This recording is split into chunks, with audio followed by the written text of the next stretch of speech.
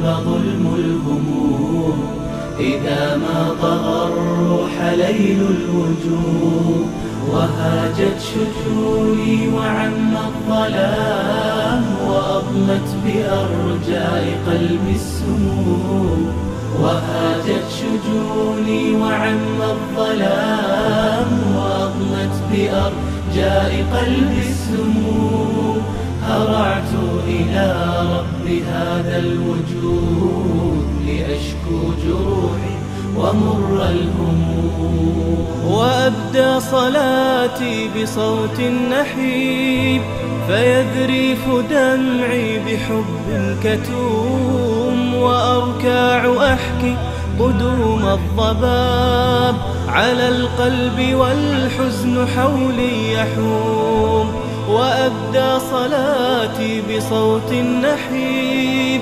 فيذريف دمعي بحب كتوم وأركع أحكي قدوم الضباب على القلب والحزن حولي يحوم أناجي فيسمع مناجاتي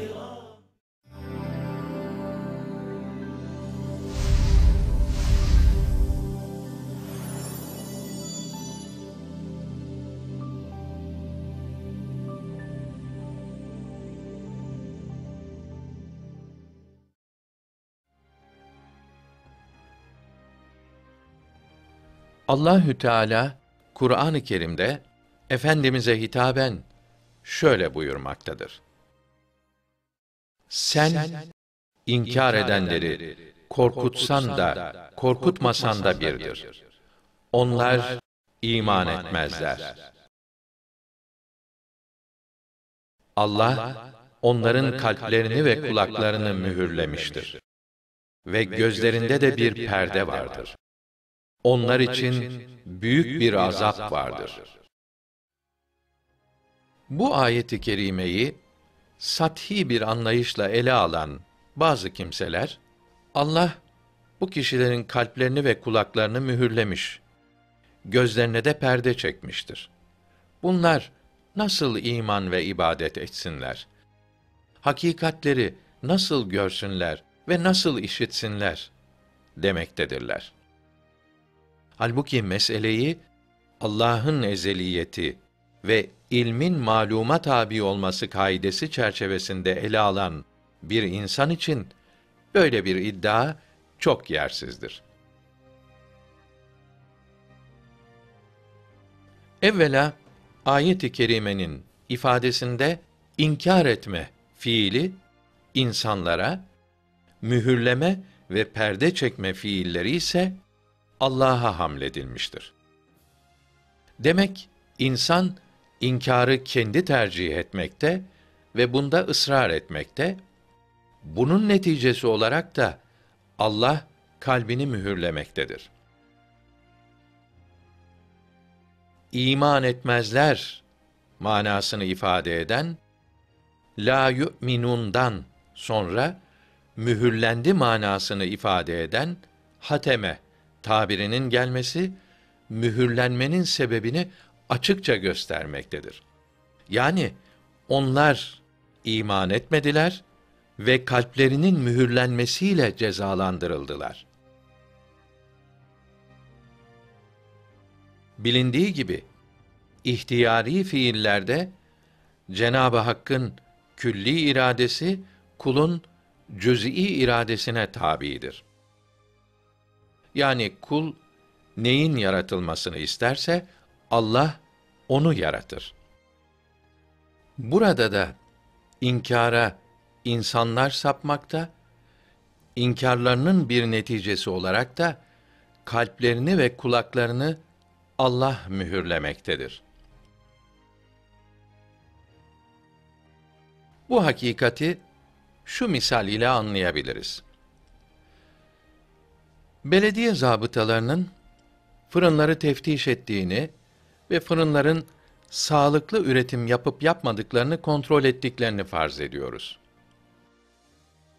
Zabıtalar birçok temiz ve kanunlara uygun üretim yapan fırını gezdikten sonra son derece pis, içinde böceklerin yuva yaptığı ve son derece sağlıksız koşullarda üretim yapan bir fırına girmiş olsunlar. Belediye memurlarının burada yapacağı iş, üretim yapmaya elverişli olmayan bu fırını kapatmak ve mühürlemektir. Acaba zabıtalar fırını mühürlediğinde fırın sahibi diyebilir mi ki fırınımı zabıtalar mühürledi, ekmek çıkaramama suçum onlara aittir? Elbette diyemez. Evet, fırını zabıtalar mühürlemiştir. Bu doğrudur. Ancak fırının mühürlenmesine sebep olacak işleri kendisi işlemiştir. Fırınını temizlememiş ve sağlık şartlarını yerine getirmemiştir. Yani zabıtaların mühürleme fiili fırıncının kötü ahlakına bağlıdır. Eğer fırıncı dükkanını temiz tutsaydı bu mühürleme olmayacaktı. Zaten zabıtaların da fırıncılara bir garezi yok. Zira birçok fırın mühürlenmemiş bir şekilde işlerini yapmaktadır. Sözün özü, fırını her ne kadar zabıtalar mühürlemiş olsa da suçlu ve sorumlu fırıncıdır.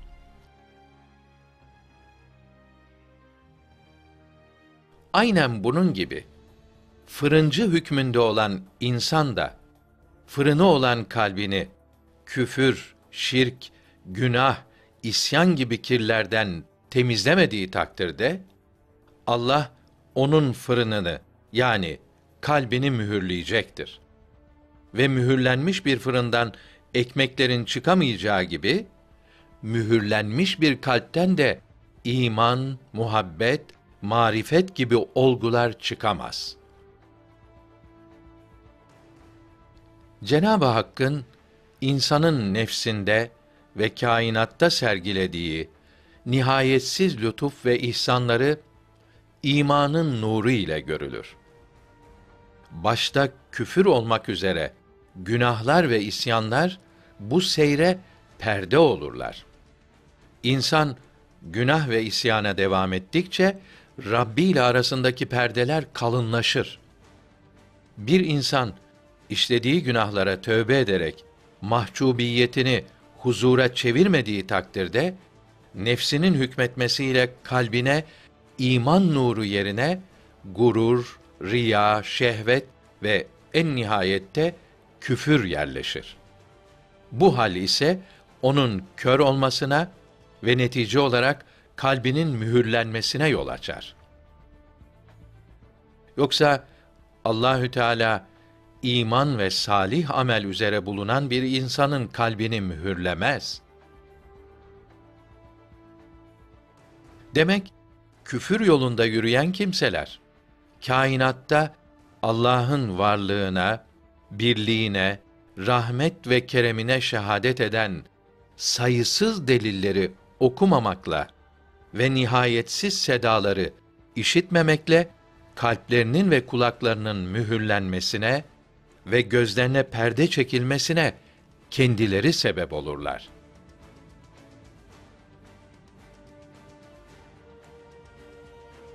Kalbe mühür vurulduktan sonra kişi nasıl hidayeti bulacak sorusuna, ilim maluma tabidir kaidesince bakıldığında şu netice ortaya çıkacaktır.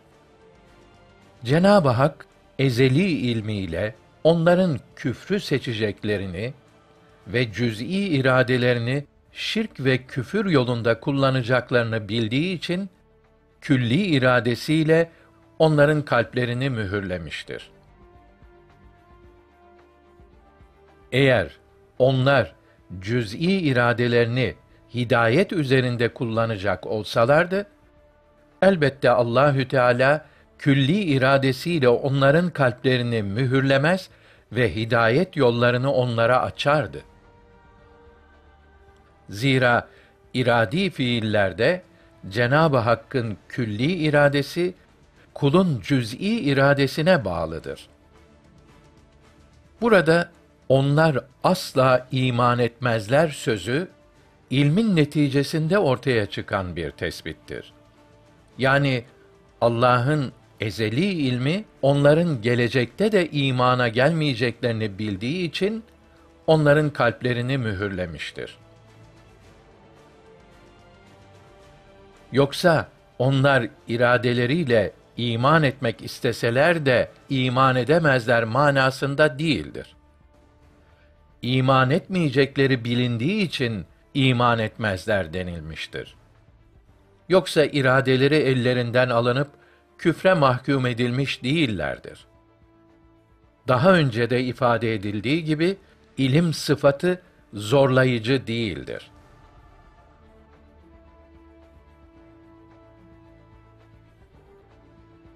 Diğer taraftan sözü edilen ayet-i kerime Allah Resulü sallallahu aleyhi ve selleme cephe alan, onunla mücadele eden müşrikler hakkında nazil olmuştur. O müşriklerin kalplerinde şirkin tam hakimiyet kurması ve tevhide yer kalmaması, kalp mühürlenmesi şeklinde ifade edilmiştir. İşte kendilerine hidayet kapısı kapananlar, bu noktaya varan müşriklerdir.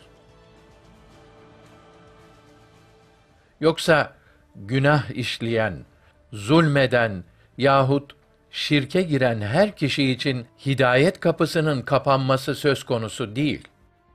Aksi halde Peygamber Efendimiz sallallahu aleyhi ve sellemin tebliğine devam etmesini ve daha önce putlara tapan on binlerce insanın İslam'a girmelerini nasıl izah edeceğiz? Şirke giren her insanın kalbi mühürlenseydi, hiçbir müşriğin Müslüman olamaması gerekirdi. Demek ki kalbi mühürlenenler, tevhide dönmeleri imkansız hale gelenlerdir. Ve onlar bu çukura kendi iradelerini yanlış kullanarak düşüyorlar.